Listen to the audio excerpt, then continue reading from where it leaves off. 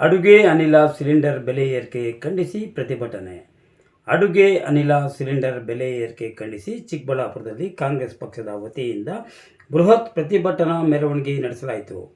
ಈ ವೇಳೆ ಪ್ರತಿಭಟನಾಕಾರರು ಹಗ್ಗದಿಂದ ಆಟೋ ಎಳೆದು ರಸ್ತೆಯಲ್ಲಿ ಒಲೆ ಇಟ್ಟು ಅಡುಗೆ ಮಾಡುವ ಮೂಲಕ ಕೇಂದ್ರ ಸರ್ಕಾರದ ವಿರುದ್ಧ ಕಿಡಿಕಾರಿದರು.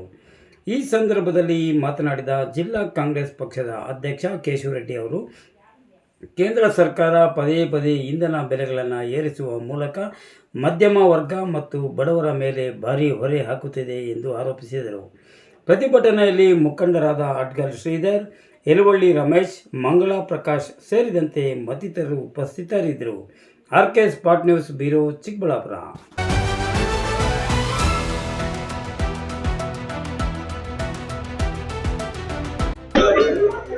ಏನು ಈ ರಾಷ್ಟ್ರದಲ್ಲಿ ಆಡಳಿತ ನಡೆಸ್ತಾ ಇರ್ತಕ್ಕಂಥ ಬಿಜೆಪಿ ಸರ್ಕಾರ ಪದೇ ಪದೇ